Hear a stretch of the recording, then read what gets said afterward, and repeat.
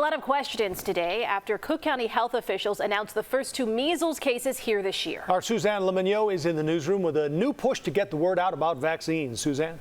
Experts say education is the key when it comes to stopping the spread of measles. From these vaccine-preventable diseases. We spoke with Dr. Alexander Sloboda. He's the medical director of immunizations for the Chicago Department of Public Health. He gave us insight into why measles cases are on the rise, not just nationwide, but around the world. Those childhood vaccination rates have started to slightly decline, predominantly since the beginning of the COVID-19 pandemic.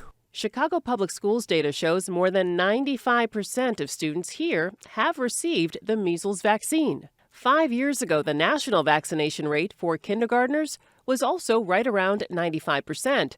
But more recent data shows it dropped to under 93% across the United States. Sloboda says the Chicago Department of Public Health has increased their efforts when it comes to educating parents and staff at child care centers about the importance of measles vaccinations. Data shows that 9 out of 10 people that are unvaccinated that are exposed to measles virus will become infected, but thankfully we have the vaccine, so if you're vaccinated properly, you should have very little to worry about even if exposed. Many being unvaccinated at a Chicago migrant shelter in Pilsen last year led to an outbreak with about 60 measles cases reported. We had a congregate setting, a shelter where a lot of people were living in a slightly under-vaccinated population, and so that's where measles can quickly spread if people are not fully vaccinated and have that 95% population protection. Sloboda says the highly contagious virus can also be deadly. Nationwide this year, 2 unvaccinated children and 1 adult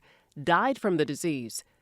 The vaccination status of the adult isn't known.